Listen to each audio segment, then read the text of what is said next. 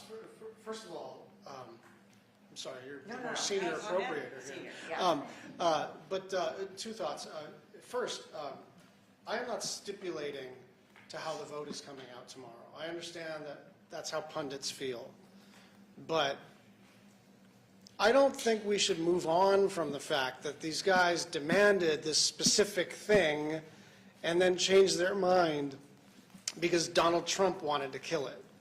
I don't think that we should move on from the fact that we had a bill where the whip count was over 70, and then it collapsed because Donald Trump said, blame me.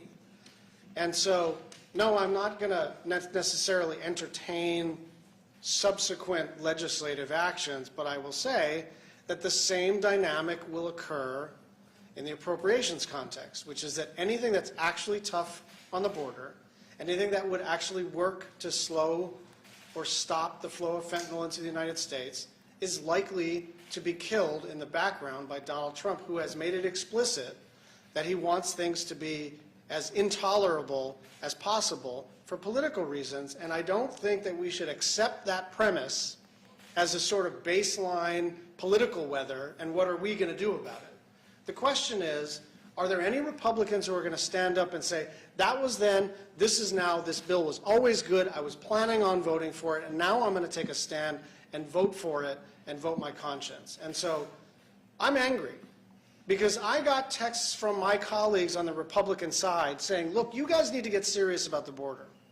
You need to get serious, you need to stretch, you need to empower Chris Murphy and Kirsten Sinema to really get into a negotiation. And some of the Republicans that I respect the most were really forceful with us. And so we listened. And so we developed a piece of legislation that I don't love, but I know is tough enough to get the job done. And yet they abandoned ship because Donald Trump told them to do so. And so I'm not over that, and they still have a chance to make this right. Let me just add one other thing. President Biden has asked for additional resources at the border in every budget since he has been president of the United States, and they have not been willing to provide the resources, including the last round.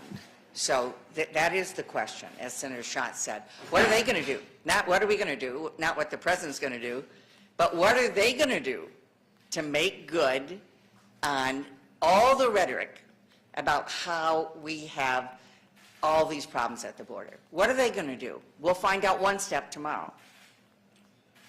Final question. Leader Schumer announced also today he wanted to move on a contraception bill, making a federal right to that. Is this part of sort of a larger effort to kind of put Republicans on the spot or clarify their positions ahead of 2024, this bill and that bill?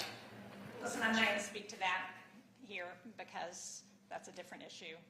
We're here to talk about the border security bill. Thank you all, All right. very much. Thank you very much. Yeah, so, all right.